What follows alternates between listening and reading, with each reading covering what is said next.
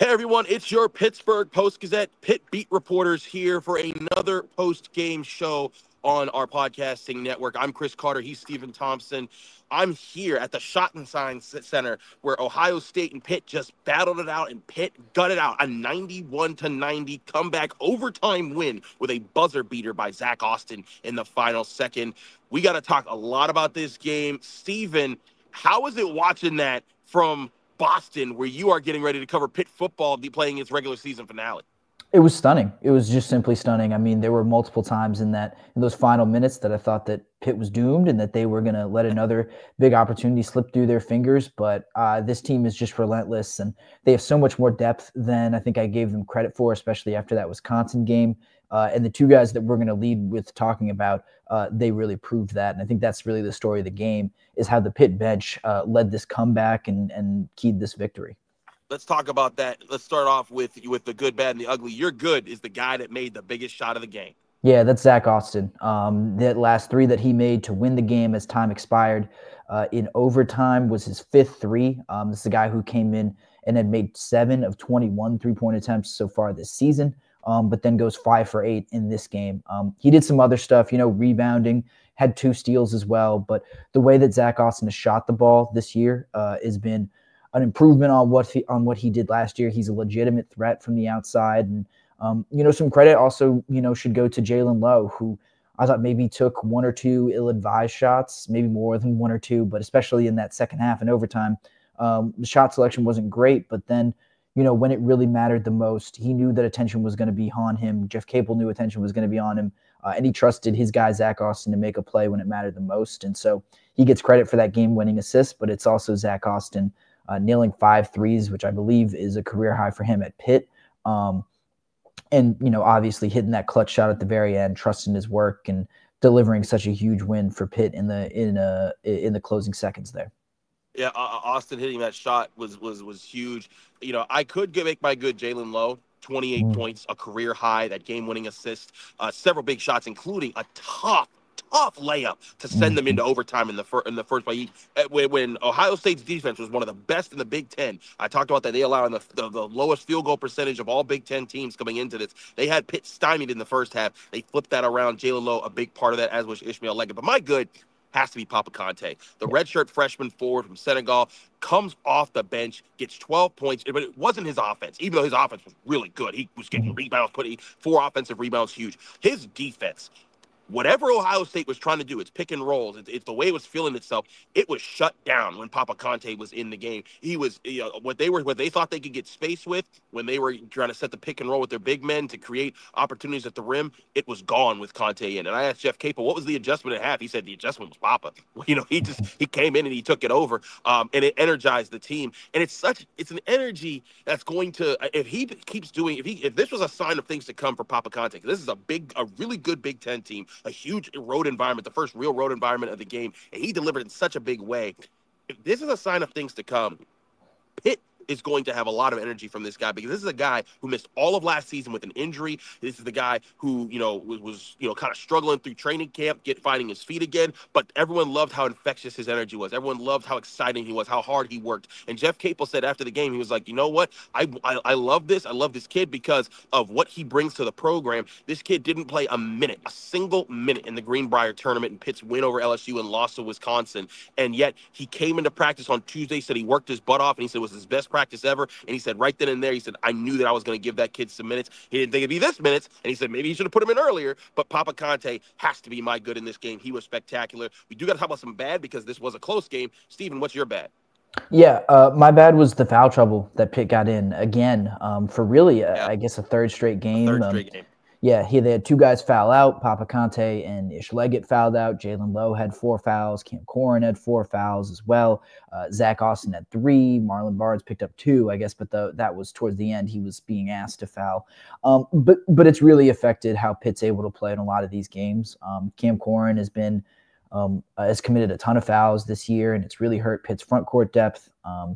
But, the foul trouble that they continue to get in repeatedly over this game just forces them to dig deeper into a bench that hadn't been able to give them a ton of results before tonight. It makes them use some weird lineups that I don't think they've worked with a ton so far this year. And Now that you've got Dunn out, Guillermo Diaz-Graham left this game early with an apparent injury, so we don't know when he's going to be back. Pitt's getting the. I talked to his twin brother Jorge. He said it was a mouth injury again. He said he didn't need new stitches, so he should be back next. He should be back and then for the next game. But he did say it was an elbow to the mouth again. Yeah. Well, either way, in a game like this where guys are going down and you're already undermanned walking in here, you can't afford to have so many starters and so many important players picking up fouls this quickly. That's the thing. I mean, it was pretty quick early in the first half, and you can't defend the same way when you have foul trouble. You can't be as aggressive on offense when you have foul trouble, and there's a trickle-down effect. It just forces you to play in a way that you don't want to. So Cam Corrin, I think especially, really has to figure out how to defend without fouling because he is supposed to be a really important player. He got off to a good start and was scoring really well around the basket, but not having him for so much of this game was really hurt, really negatively affected Pitt, especially on the rebounding. Also, Ishmael Leggett and Papa Kante both fouling out in overtime. That was a rough stretch for Pitt, but again, they battled back. I'll make my bad. The first half defense. Pitt's defense was slow on the rotation. And listen, credit to Ohio State. This was an efficient offense. I thought Ohio State was playing better than Wisconsin played against Pitt in that game. It was just smooth, man. They were hitting their shots, but it wasn't just their shots. It wasn't like they were just hot from the field. They were moving the ball so quick. Pitt's rotation was too slow on the backdoor screens, on the pick and roll, and they just had so many shots at the rim, layups, dunks. It looked like a very efficient offense. I was saying the first half, and even the first, I'd say 8-ish minutes of the second half, man, this Ohio State team looks like they should be ranked. They look like one of the better teams in the country. This has been a dominant performance so far. And they eventually flipped it around. And I think it's a good sign. Part of it was a switch to zone. Papa Kante's energy certainly helped there. And I think shout out to Pitt's coaching staff for eventually figuring it out. But that first half defense, kind of like the second half defense against Wisconsin, needed to work on a few things. This time it was just the adjustment came in the right part of the game rather than the wrong part of the game. Yeah, they were definitely slow on rotations. And I mean, this is a team that's going to make you pay because they are, I believe, they came into this game top 5 in three-point shooting by percentage. Ohio State did. So, Pitt just chose the wrong time to be slow going out on shooters. I thought they were a little bit undisciplined at time, but like you said, that zone was really a really smart move by Jeff Capel, took them out of rhythm. And that's the thing. If you let shooters get open looks early, they're going to gain confidence, and that affects you further down into the game. So really important that they got that zone defensive look in there and were able to slow down Ohio State a little bit and shake a little bit of that confidence and set up the comeback. Let's get to our uglies. What's your ugly, Steven? Yeah, my ugly is going back to that first half when Pitt didn't play very well. 8 first half turnovers, and I thought a lot of them, just the nature of them, were pretty bad. Amzal Dalalich had 3, and they were just kind of being loose with the ball, not being ready for physicality, not keeping an eye on where help defenders are. I thought Jaland Lowe and Ish Leggett had a couple like that as well.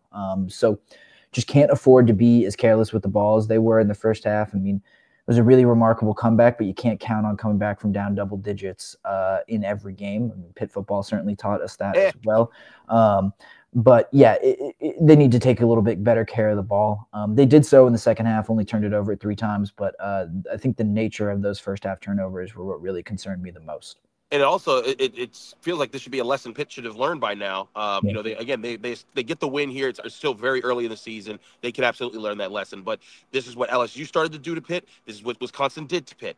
Ohio State did it. They have to know that this is on tape, that people are going to try to take the drive away from them and figure out ways to do that. So definitely something ugly there. My ugly, though, it's not something Pitt did. It was the faces of these Ohio State fans when Zack Austin hit that shot. They could not believe that the Buckeyes dropped this game. And listen, I can also say my ugly is Ohio State's free throw shooting because I don't have the numbers right in front of me, but they were just clanking them in so many key situations. And it was so crazy because at one point they were shooting like 70% from the field and like 56% from the stripe. And I'm like, how is this happening right now? But Pitt taking advantage of it in this kind of environment. And I'll say ugly because also, like, this was a hostile environment. I don't know if y'all could tell on TV, but this place was packed. There were a couple sections like blocked off, but this looked like a true March type of game. crazy crowd, road environment, loud at every turn. Whenever Ohio State needed a rally, they had all the Ohio State fans. The student section was popping here, even though they're technically on break right now. And Pitt continued to find tough spots, hit big shots from Zack Austin, big shots from Jaland Lowe, big stops from Papa Kante and his defense. This is the kind of win that could be a resume setter. And I think, Stephen, I know you're one of the rankers, so I don't want to presume that I'm having a cheat here, but I do think that with this win, Pitt has to be ranked in the Associated Press poll come Monday. Yeah, I mean, I've had him ranked for the past 2 weeks, had him in that 25 spot. So you don't need to convince me. I'll probably move them up a little bit after this win. Like you said, this was really impressive just to do this in this environment, considering all the guys that they were down, lost during the game, and entering this game without Damian Dunn, and the response by the coaching staff as well was really impressive. So I'm with you. Pitt even got even more respect from the voters after losing to Wisconsin in a tight one and beating LSU. So I would expect that ranking to come on Sunday morning or on Monday morning, excuse me. And you can definitely count on me being one of those people who's voting for him. And the Tuesday net rankings come out. I think it might be actually Monday. The net rankings come out either Monday or Tuesday. So we'll get to see where they are there. But there's a lot to cover here. Stephen will be in Boston for Boston College versus Pitt football. Stay tuned for our work from there. But from Chris Carter, Stephen Thompson, your Pittsburgh Post-Gazette beat reporters on the University of Pittsburgh's athletics. Thanks for tuning in to another Pitt post-game show. Remember to subscribe to this channel on YouTube or on your favorite podcasting apps to get all of our episodes throughout the week, including all of our daily coverage from all of our sports writers here at the Pittsburgh Post-Gazette. We'll be back tomorrow after Pitt football takes on Boston College with a recap there. We'll see you then.